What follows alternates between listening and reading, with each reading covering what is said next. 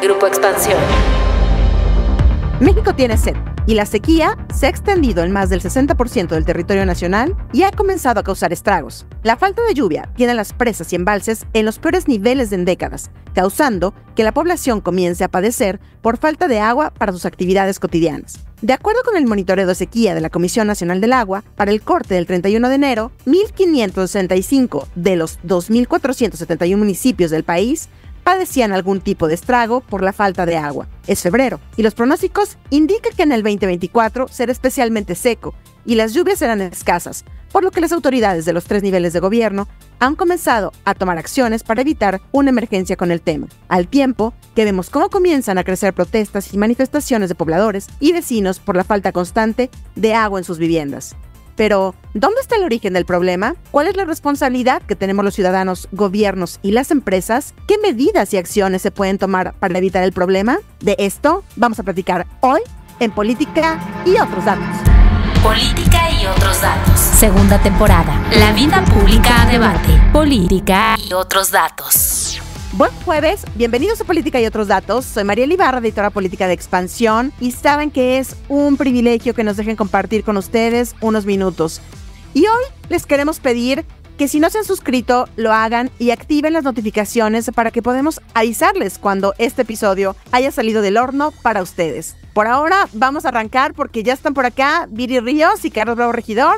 ¿Cómo están? Hola, ¿cómo están? Feliz jueves de Política y otros datos. Hola, ¿cómo están? Un gusto estar por aquí como cada jueves en Política y otros datos. Y un gran abrazo a todos nuestros seguidores. 26 de junio del 2024. Tal vez esta fecha no nos diga nada de bote pronto, pero para los habitantes del Valle de México, pues podría ser una fecha fatal. Se trata del día cero, el día que de no tomar acciones, el sistema Cutzamala, que es la segunda fuente que abastece de agua a la Ciudad de México y a los municipios conurbados del Estado de México, llegaría a sus niveles mínimos de operación y ya no podría enviar más líquido a la urbe por el bajo nivel que tienen las presas, Villa Victoria, Del Bosque y Valle de Bravo debido a la falta de lluvias. Pues a ver, de ocurrir, las autoridades nos han dicho que deberán cortar el abasto para viviendas e industria, para reservar el agua disponible solo para servicios de emergencias y hospitales, hasta que las reservas de agua comiencen a recuperarse durante la temporada de lluvias, que se calcula que es alrededor del mes de septiembre, en donde hay más lluvias. Así es de que este es un tema, Viri Carlos, que nos ha cruzado año con año, pero ya hasta que tenemos la emergencia encima, es como algo que nos han venido diciendo de prepárense, el agua no es eterna, se va a acabar. Es cuando empezamos a tomar acciones, empezamos a panicarnos, empezamos a tener loco nuestro WhatsApp de vecinos diciendo que no hay agua, que necesitamos pipas. Pero a ver, ayúdanos a entender, Carlos, qué es lo que está pasando en la Ciudad de México y también en el resto del país. Pues fíjense, Mariela y Viri, la verdad que cuando decidimos hacer este tema, bueno, yo también estaba escuchando las noticias, que ahí viene, no sé qué, y de pronto yo sí me sentía un poco como en el cuento de Pedro y el Lobo, ya saben, porque claro, como que la noticia de la crisis del agua, exacto, como que cada año oímos algo, ¿no? Y luego, bueno, pues sí hubo algunos problemas, pero nada muy grave y como que ya estamos medio anestesiados respecto al tema en términos de la cobertura mediática, ¿no? Yo de pronto sentía que en esto aplicaba aquella frase de Fidel Velázquez que decía, llevo 50 años diciéndoles que las cosas no pueden seguir igual. Pero la verdad es que, bueno, estudiando para el episodio, la verdad sí me fui de espaldas ante la gravedad ahora sí del escenario y pensaba quizás dedicar esta primera intervención a pintar un panorama como general, abuelo de pájaro, para tratar de tener el contexto más amplio antes ya de ir, digamos, de lo general a lo particular.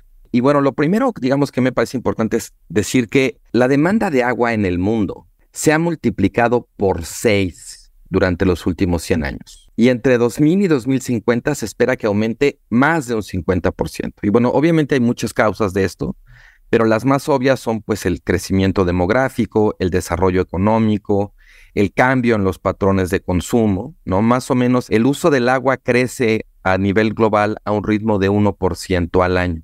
El agua disponible per cápita ha experimentado un descenso muy significativo. En 1960, hace poco más de 50 años, se calculaba que había una disponibilidad de 10,000 metros cúbicos de agua por persona en el mundo.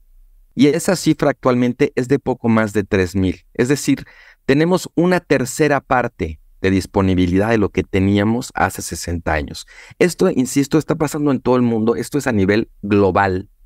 Ahora, tratando de aterrizar un poco en el caso mexicano, hay un factor muy importante acá que son las sequías. A fines del año pasado, cerca del 70%, ya lo decías tú, Mariel, cerca del 70% del territorio nacional estaba experimentando niveles anormales de sequía. Y según un documento del IMCO que consulté y del que he sacado varios de estos datos, la temperatura promedio en México en 1985 era de poco más de 20 grados centígrados. Y en 2020 ya es de 22.5. Es decir, sí está haciendo más calor.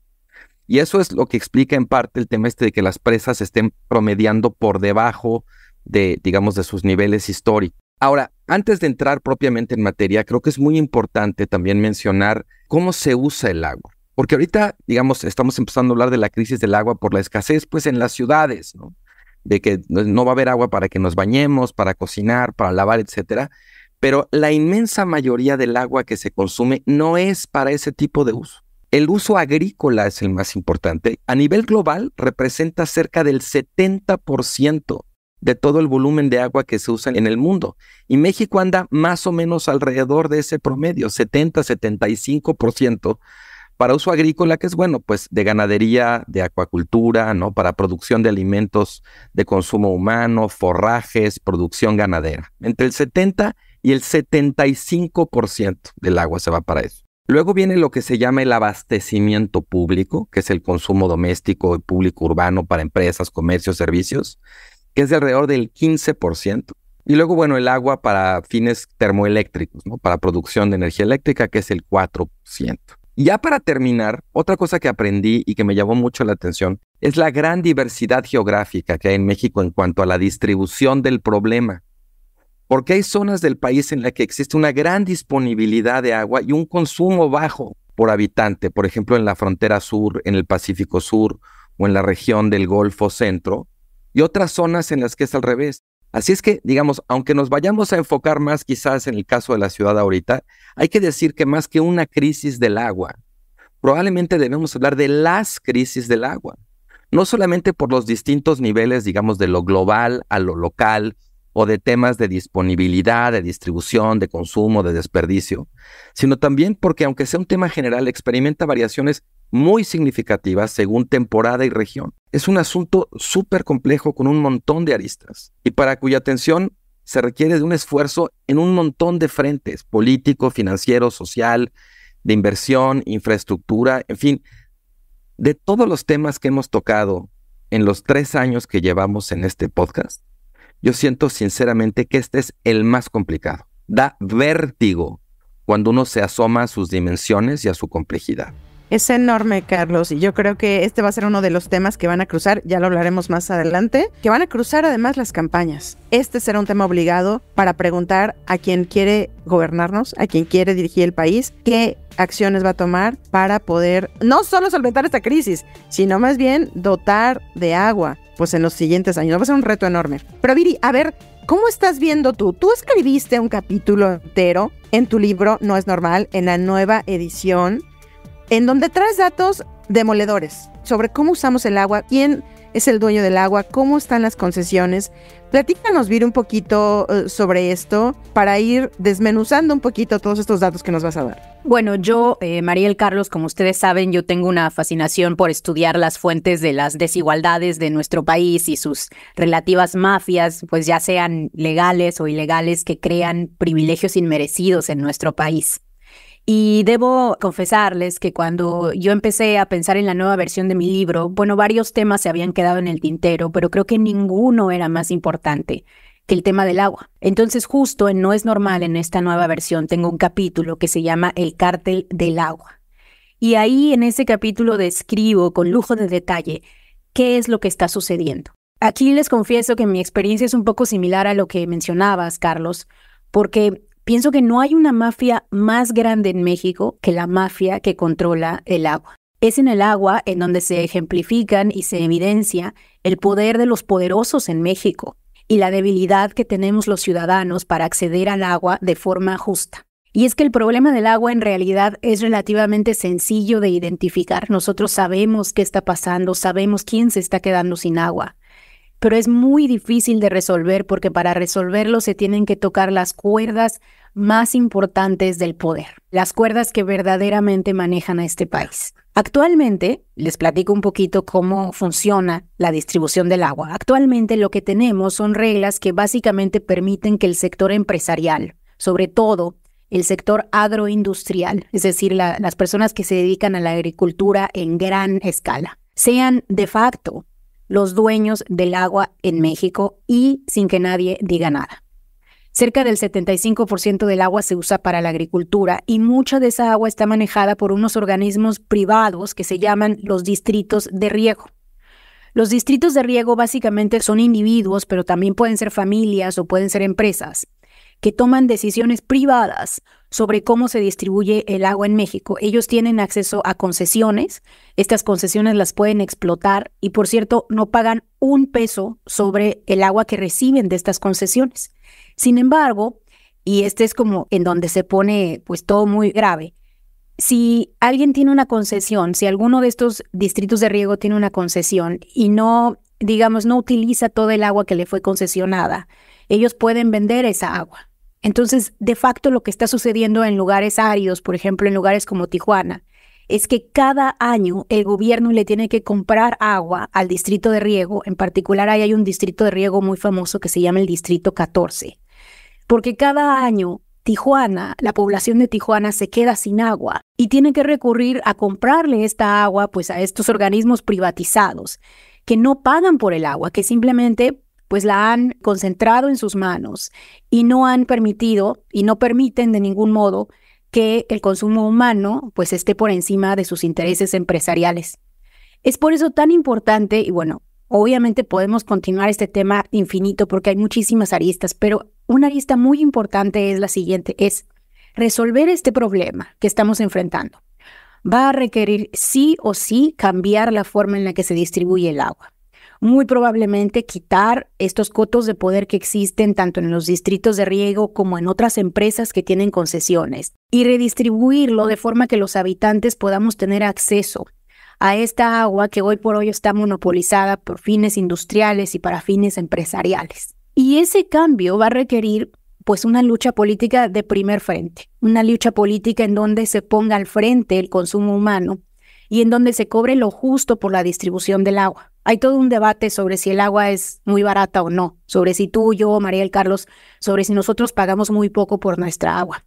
Yo creo que sí pagamos muy poco por nuestra agua, pero quien verdaderamente no paga nada es la agroindustria. Y esto se ha prestado pues a que la propia agroindustria no tenga mecanismos y no haya diseñado alguna forma para ahorrar el agua ellos mismos, porque si no les cuesta, pues no hay razón por la cual ahorrar. La distribución del agua es el gran problema, porque México sí tiene agua. El problema es que cada vez hay menos y lo que queda, no está bien distribuido. A mí me gustaría dar unos datos sobre el Valle de México, un poco para que nos enteremos cuando abrimos nuestra llave, nos bañamos, nos lavamos, cepillamos los dientes y corre pues el chorro de agua. ¿De dónde viene esta agua? ¿De dónde viaja? ¿Cómo viaja esta agua hacia la Ciudad de México o hacia el Valle de México? Bueno, a ver, el Valle de México recibe líquido de 3 fuentes principales. La mayor parte el 70% lo obtenemos de los pozos, la extracción subterránea, que pues también evidentemente han dejado problema porque hay hundimientos en gran parte de Iztapalapa y estas zonas del oriente de tanta agua que se ha sacado. Y lo que sigue se recibe del sistema Lerma y del sistema Cutzamala, que es el que ya hablábamos en un inicio, que es el que ahorita está bastante estresado y el que tiene muy pocas reservas de agua.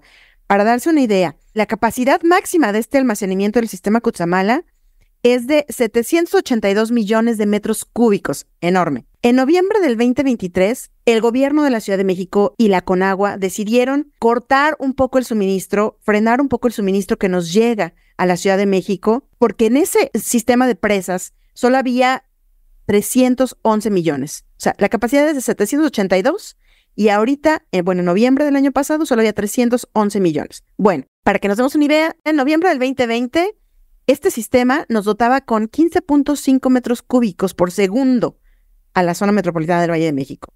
Ahorita, con estos cortes que se están haciendo, nos están dando 9.2 metros cúbicos. Vean lo que ha bajado. Retomando un poco aquí el tema del día cero, es porque al 26 de junio del 2024, si no se hubieran tomado o si no se toman esas acciones, simplemente se quedaría por debajo de sus niveles de operación estas presas y ya no habrá más agua.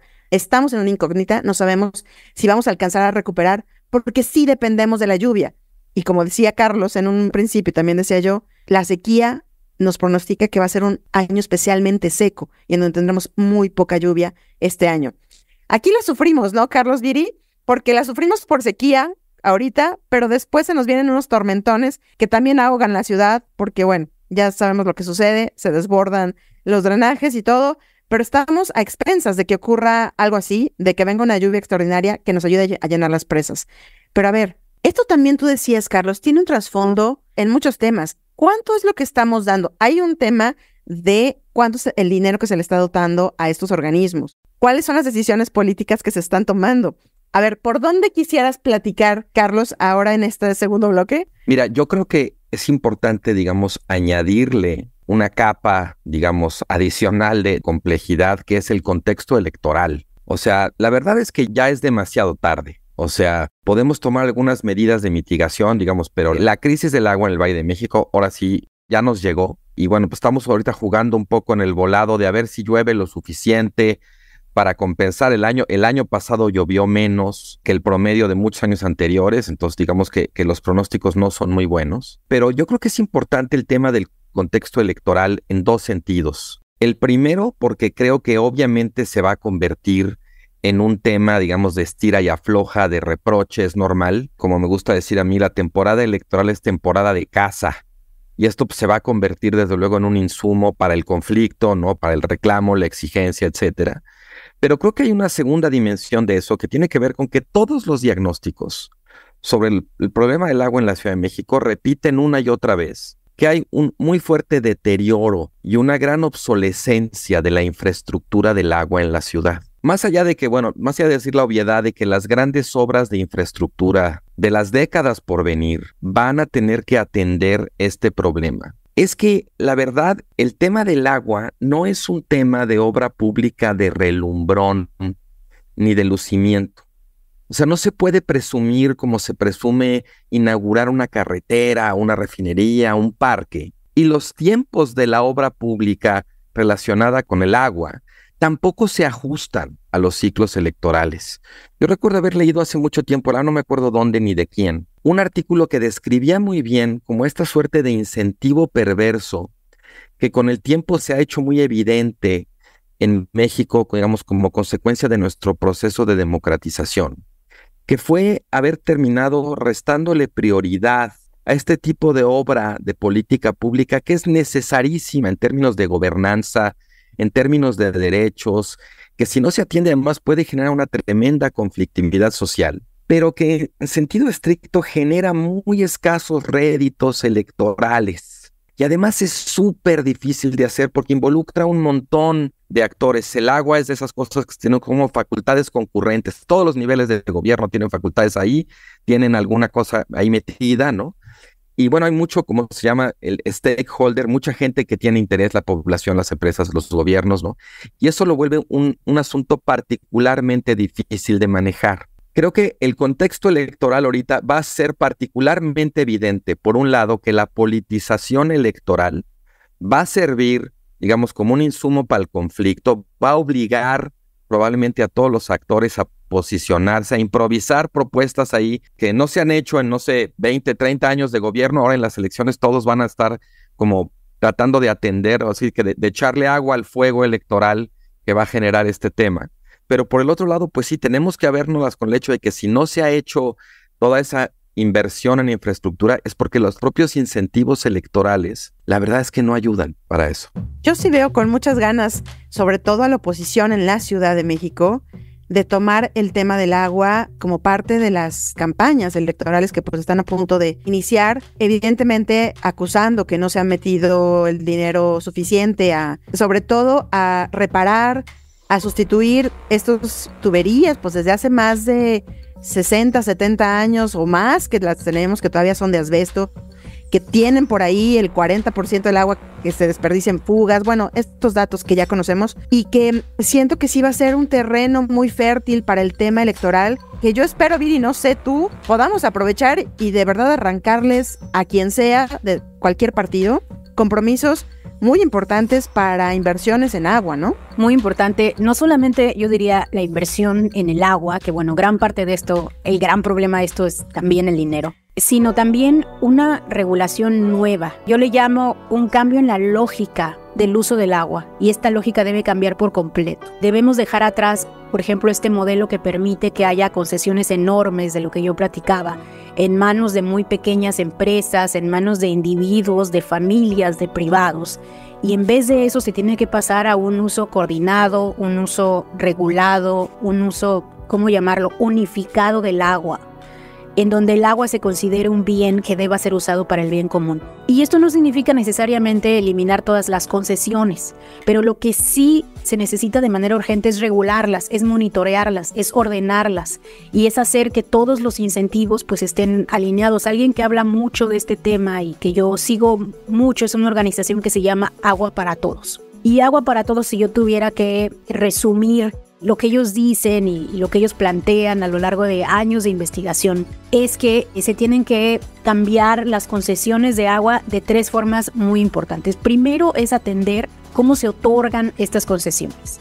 En años recientes, Agua para Todos ha documentado cómo bancos, es decir, instituciones financieras como Banorte, JP Morgan, Banamex y bueno, muchas otras, han adquirido concesiones de agua para uso agrícola en áreas en donde se estima que en el futuro va a haber mucha necesidad de agua. Entonces ellos se están preparando para el negocio de vendernos agua. Por ejemplo, de acuerdo también a Agua para Todos, Banco Azteca tiene una concesión en el Valle de México, aquí cerca en la ciudad, por 2.2 mil millones de litros.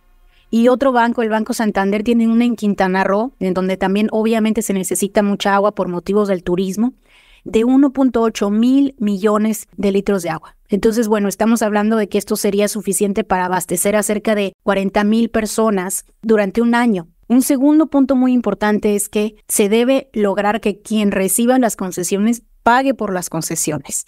Y aquí un trabajo que me gusta mucho es el de Mexicanos contra la Corrupción, en donde ellos dan buenísimo, el de los explotadores de agua. Tremendo, tremendo, porque es un artículo muy largo este de los explotadores de agua, pero dan un dato que para mí es como la cereza del pastel de toda esta investigación, que es que de 138,000 titulares de concesión de agua que existen en México, solamente el 37% está registrado para pagar, y de esos solamente existe constancia de que paga el 32%. Entonces, si tú sacas, digamos, ya en realidad, ¿cuál es la probabilidad de que alguien realmente paga por el agua que explota en este país? Es de solo 3%. Por eso hay que estar muy atentos cuando se nos dice que el problema es que tú, Mariel, que tú, Carlos, que yo no pagamos agua, porque nosotros sí pagamos agua.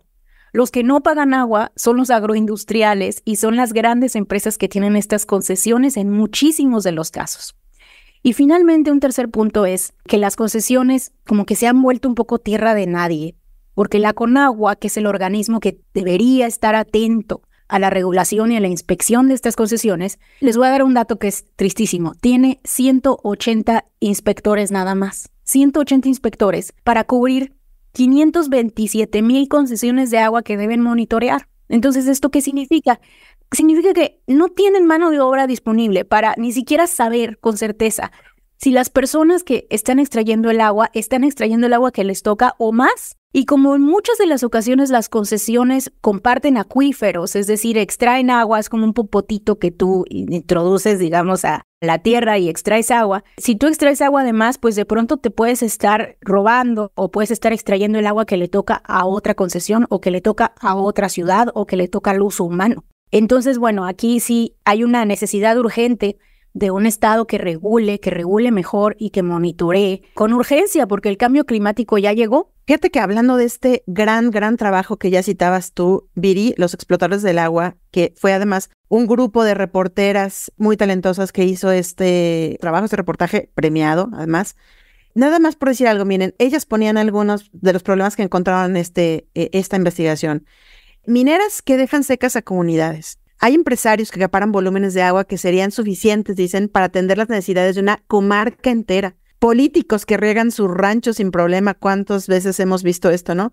Mientras sus vecinos resienten la sequía. Campesinos orillados a vender sus concesiones de agua a grandes compañías agrícolas, proliferación de impune de pozos ilegales, huachicoleo de agua. Es decir, solo por nombrar algunos de los temas alrededor de esta problemática de las concesiones y de cómo está dotada, o sea, cómo se dota el agua, como dices tú, Viri, en el país, ¿no? Creo que aquí en la propia Ciudad de México tenemos un gran problema, pues justamente también de dotación. Hay zonas en donde hay mucha dotación de agua, como puede ser el poniente, y otras en donde evidentemente llevamos 25 años que nos están prometiendo estos gobiernos resolver un problema de agua que evidentemente no ha llegado. Pero a ver, en medio de esto que estábamos diciendo, ¿qué es lo que se tiene que exigir a esos gobiernos? Ya decías tú algunas cosas, Viri. ¿Qué otra cosa podemos hacer también nosotros como individuos para el tema del agua? Estoy segura, y aquí, por favor, díganos ustedes, podescuchas, si ya tuvieron que comprar pipas en donde viven, cómo están padeciendo del agua, cómo están ahorrando el agua, qué acciones están tomando. Ojalá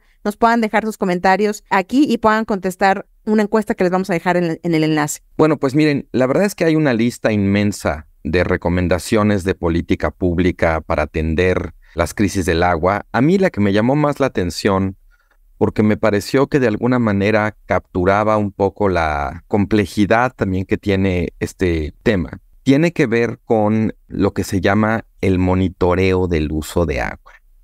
Se calcula que al menos 1/3, por ejemplo, del agua se pierde en las redes, ¿no? Eso es tremendo, o sea, y realmente como que ya nos acostumbramos a esa cifra, y en realidad hay una cuestión como de legibilidad también en la parte del sector granadero, del sector agrícola, como decía Viri, de pronto se hacen estas concesiones a los distritos y ni siquiera se sabe bien a bien cuánta agua se les está dando, cuánta agua están usando, cuánta agua están vendiendo que les sobró. O sea, ahí hay una suerte como de paso hacia atrás que ha dado el Estado en términos, pues no solo de regular, ¿no? Que eso desde luego que hay que hacer, sino de hacer legible el recurso, el problema, ¿no? Y esto implica, digamos, una inversión tecnológica, una inversión en términos de información, digamos, para que podamos tener mucha mayor claridad sobre el volumen del problema, el volumen de, digamos, de la solución requerida.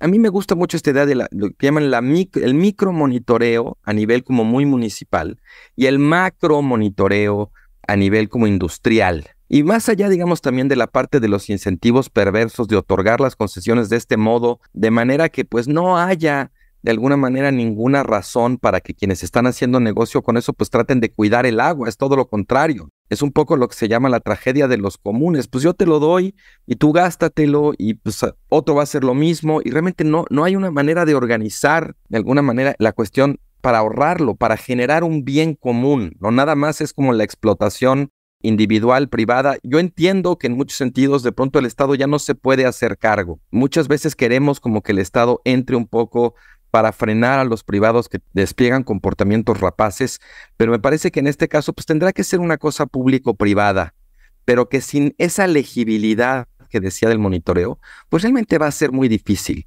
darle la vuelta. Bueno, concuerdo mucho con Carlos con lo que dices. Yo le llamo poner orden en la casa. Y de hecho, platico un poco de cómo pues las empresas por sí solas no se van a hacer responsables de la falta de agua que existe para el consumo humano. Quizá el mejor ejemplo de ello pues es que en el norte cada vez existen más y más empresas que están pues aprovechándose del nearshoring y de la capacidad de producción que existe en muchos de los estados cercanos a la frontera, a la vez en que pues esa es precisamente una de las zonas en donde hay menor disponibilidad del agua, porque una cosa interesante del país es que en México el sur tiene mucha más agua que el norte. Entonces, lo que se debe hacer, y creo que esta es una de las partes quizá más difíciles, pero que aquí sí se necesita la fuerza importante del Estado, es reestructurar también la forma de producción del país. No se pueden continuar dando concesiones para la extracción de la industria en las zonas en donde existe mayor sequía. Se tiene que tratar de reestructurar y tratar de llevar un poco más al sur, que además incluso puede tener muchos beneficios también para los estados del sur, en donde hay mayor necesidad de empleo, en donde hay mayor pobreza. Se tiene que reestructurar, digamos, la forma de producción que existe en México, porque justo ahí es en donde se está, digamos, desperdiciando o utilizando más el agua. Y creo que una parte, y con esto termino, una parte que también es muy importante es la regulación per se del agua para el consumo humano tiene un gran problema que ya no alcanzamos a discutir con detalle, pero es que está demasiado fragmentada. De pronto nosotros tenemos pues más de 2,000 distintos organismos que en distintos municipios, que en distintas comunidades están atendiendo el tema del agua para consumo humano. Y cuando tú tienes esa cantidad tan grande de reguladores, muchos de esos muy débiles, muchos de ellos con muy pocos recursos, pues entonces no se presta este consumo ordenado y coordinado del que yo platicaba como una de las urgencias más importantes para México. Entonces, creo que algo importante para nuestras escuchas es no caigan en desesperación. Este problema sí se puede resolver.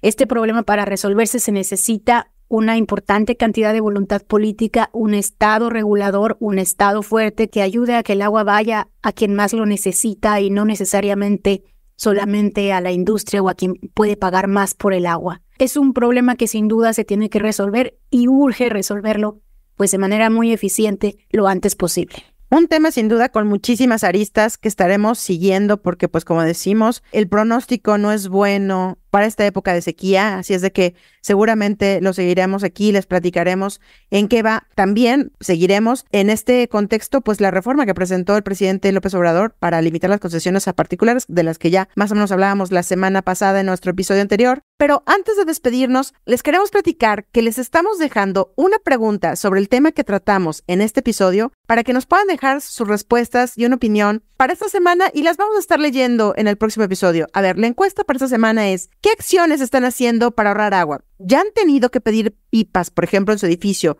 para dotarse de agua potable? Ojalá nos puedan contestar y estaremos leyendo por ahí. Así es, en la encuesta del episodio anterior, ¿crees que las propuestas a las 20 reformas que propuso López Obrador trata de fijar una línea a su sucesor o sucesora en Palacio Nacional? El 86% de quienes participaron en este ejercicio respondió que sí y el 13% respondió que no. Bueno, no podemos terminar el episodio sin antes agradecerle a nuestros escuchas, muy especialmente a Guillermo Sorno de la Ciudad de México, pero también a Jorge López, a Luisa Leiva y a Diana que nos dejaron sus comentarios en Spotify. Bueno, pues vámonos. Como siempre les damos las gracias por acompañarnos hasta el final del episodio y ya saben, no olviden activar el botón de seguir, la campanita de notificaciones, compartir y poner 5 estrellas si este podcast les gustó. Y también recuerden que nos pueden comentar y seguir en @expansión política, en @carlosbravorec, en @viri_ríos y en @marielibarraf. Este podcast fue producido por Leo Luna. Cuídense mucho, nos escuchamos en el próximo episodio. Bye bye.